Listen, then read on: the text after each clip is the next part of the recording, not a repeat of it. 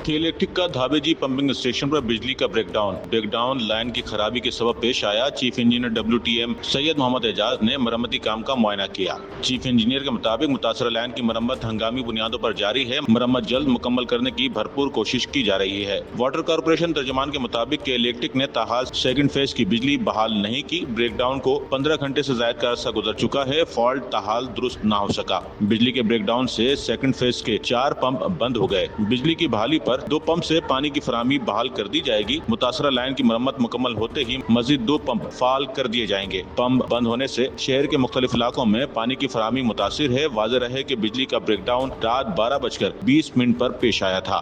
Sachal news network की videos में खुश आमदेद। नाजरीन, वीडियो से मुतालिक अपनी कीमती राय का इजहार कमेंट बॉक्स में ज़रूर करें और चैनल को सब्सक्राइब करें।